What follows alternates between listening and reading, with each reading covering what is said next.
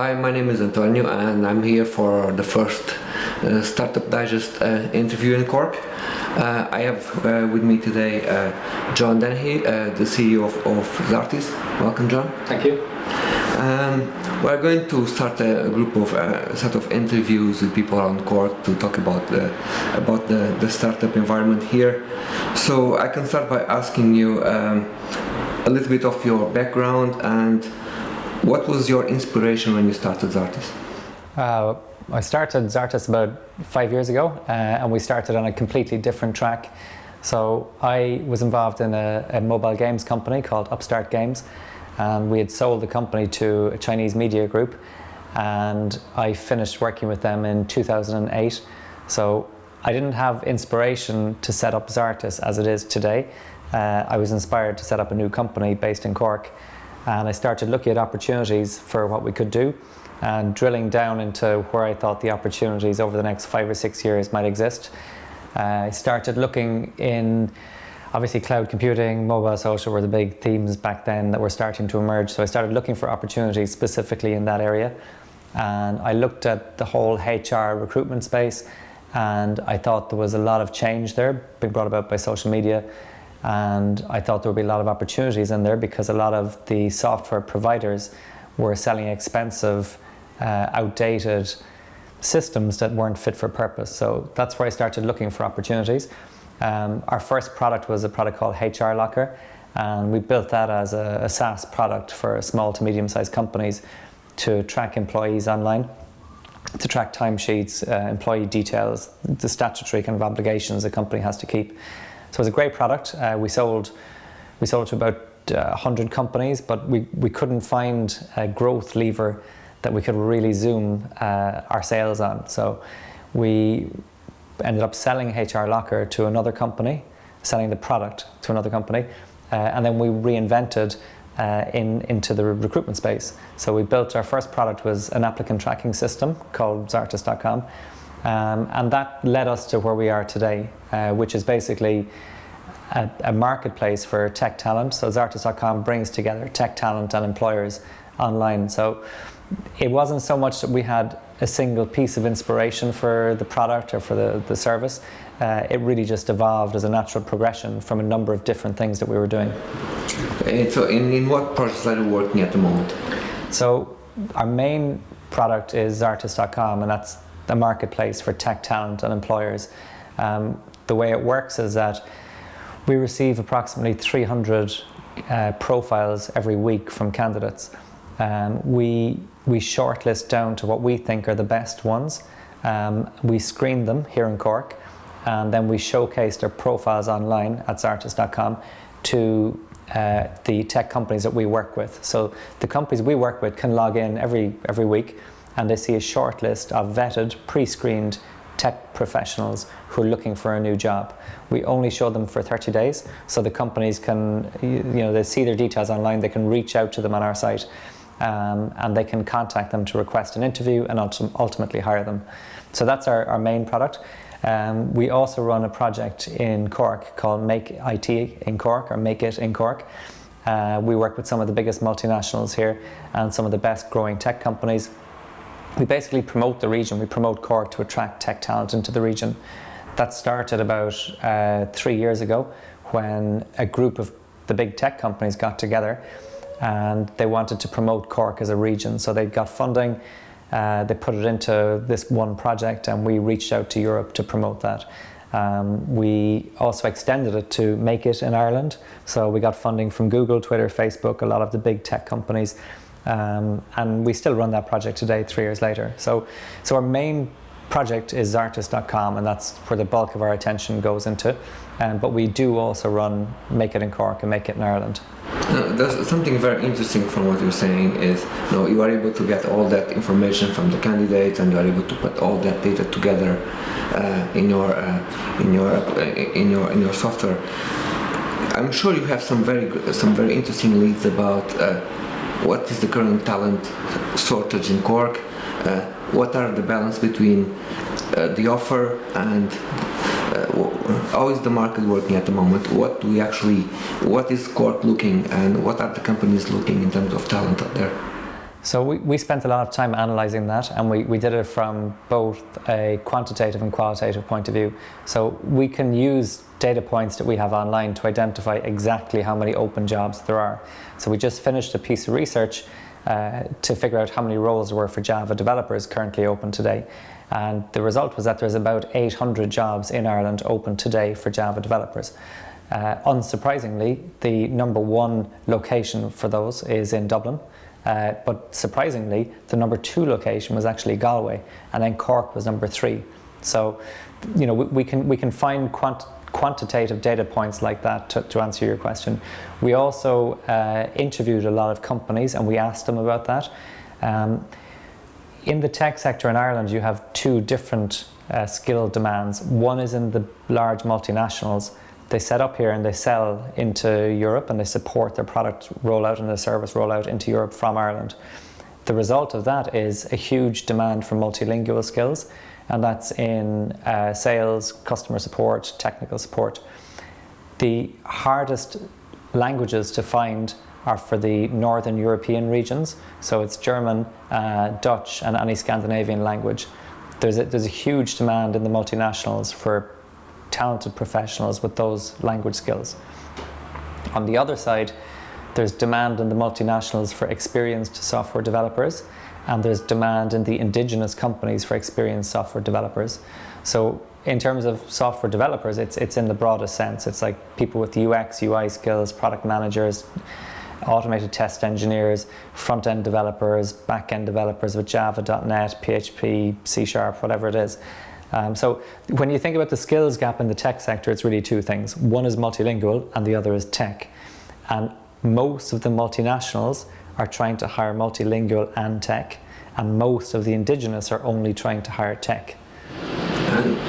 So in order to fill, there's a gap between what they need and what they're able to find in the market. Isn't there space for some of these multinationals to, instead of being, looking and for people to start training people in the areas that they actually Of course, yeah. I mean, it's a huge, there's a three-pronged approach needs to be taken, not just by Cork or Ireland, but by every Western economy to tackling a skills gap. The first one is a long-term one where you actually educate people. You start teaching coding at school. I'm 42. When I was 12, we were learning computer coding at school. That's 30 years ago. In 30 years, we seem to have gone backwards, not forwards. The other thing that needs to be done is that we need to start retraining within the companies. So some companies will say, we're looking for a Python developer, so we can't hire a Java developer.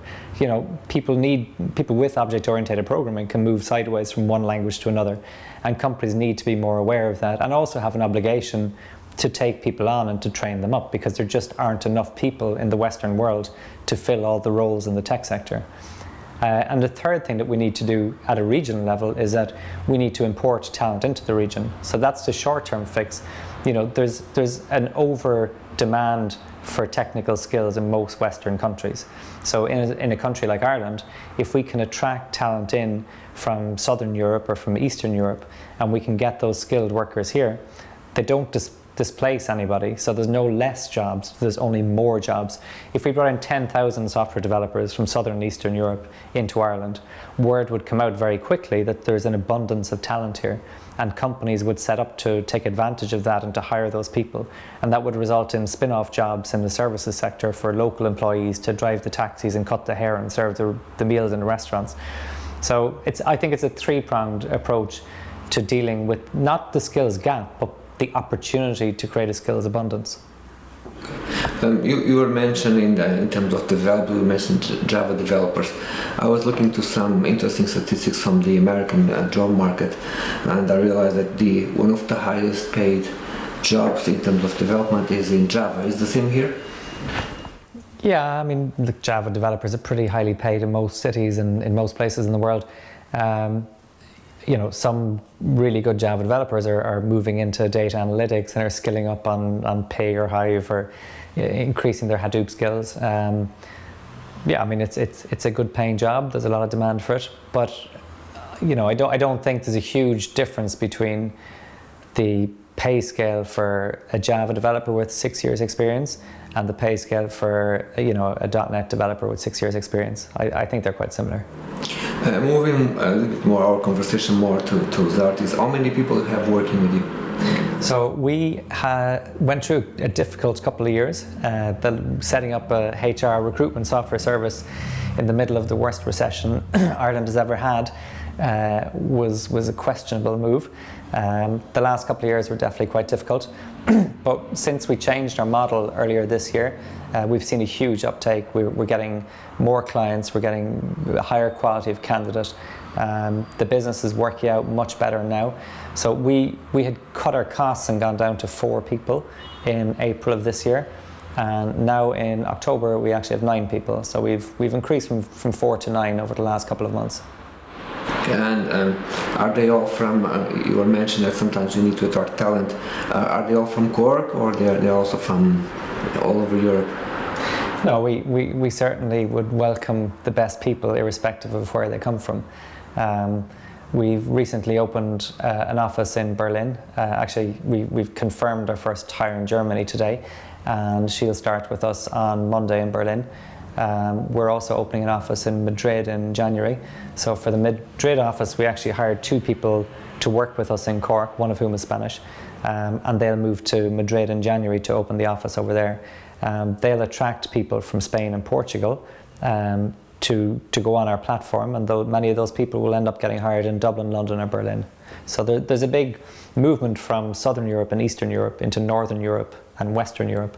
So we're setting up client-side offices in Dublin, London and Berlin to deal with that. And then we're also setting up offices in Southern Europe and Eastern Europe to deal with the candidates. So you have an interesting challenge there. So you have been managing 4 people here, now are managing 9, and then soon you are going to manage people who are basically not physically here with you.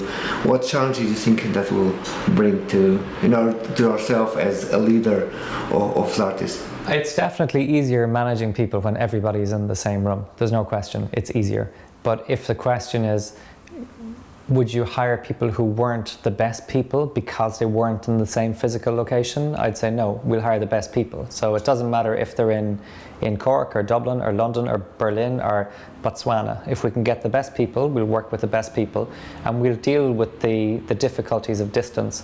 And we'll do that through the usual way. We have an online system, it's all cloud-based. Actually, we often send messages to each other, like all of us do in these days, by email. Somebody could be sitting in the office next to you, and you're still sending them an email. So, the world has definitely got flatter. Distance has become less of a barrier. We have free Skype calls, we have instant messaging, and pretty much free phone calls. All of our candidates, anyway, are based all over Europe. So about half of the candidates that we work with will be in Ireland, and about half of the candidates will be based elsewhere. So we've brought people into Ireland and placed them into companies coming from Spain, Portugal, Belgium, Holland, Germany, Italy, France, Ukraine. So we already have very much a web-based business where our clients, where the candidates are spread all over Europe. So to spread our staff across a couple of offices, it's not going to be a big problem. In terms of leadership, is there anyone that you follow, that you find, okay, this is a very interesting person in terms of the way how they are presenting their company? Is there a sort of leadership style that you prefer? I can't name anybody offhand. I mean, there's great companies out there. I think, if there's anybody I'd say I admire, it's people that I know personally and their friends or family, rather than very famous people, because they're the people I know best, and I know the way they manage their companies, and I'd respect that. So if I was going to say there was things I'd admire about the way people manage companies, it's probably people that I know personally rather than people who are famous. Moving more to to Cork, our city, our town. How healthy is the Cork startup scene? I think that we need a lot more startups in Cork, and I think that will only come about by people in Cork creating startups and people in Cork supporting those startups. It won't happen through government policy. It's something that has to happen from within. Like, there's probably about 12,000 people working in Cork in the tech sector. That's actually an awful lot considering there's only about 300,000 people in the city. But over 95% of the people working in the tech sector in Cork work for large multinationals, right? Which is great, it's fantastic to have them here. But what we need to do is to build up our own ecosystem of indigenous companies. And I don't think we have that strong enough yet. There are some great companies that have come out of Cork, like Cumis has come out of Cork, PCH grew originally from Cork and kind of moved out. Companies like DataHug, TrustDev, there are really, really good companies. Teamwork is another great one. And Xanadu. So the companies are here, but there's not enough of them. And I think there's probably a lot more now than there was 10 years ago. But if we're going to have a really healthy startup ecosystem 10 years from now, it's up to the people in Cork to actually set up those startups and to support them. And we can't kind of look to government policy to do that. It's something that must happen from the people that are here. How long are you in this office? We've been in this office about 2 months. And you think there's let's say, would you consider to work in spaces that are similar to the ones that exist in Dublin or San Francisco or even in London? Would you consider to work in a co-working space? We'd love to work in a place with more startups around. It leads to sharing of contacts, and it's a really good thing. We were based in WebWorks, but that's no longer available for startups. Of course, it would make sense to do it. I'd love to do it. There's a lot of talk about that in Cork and setting up a digital quarter and all the great things that could be done. But there is nothing like that in Cork, unfortunately. So it's something that if that will happen, it's something that you would like to see going forward. I think it's a no-brainer. I mean, every startup needs a couple of things, right? Every startup needs staff.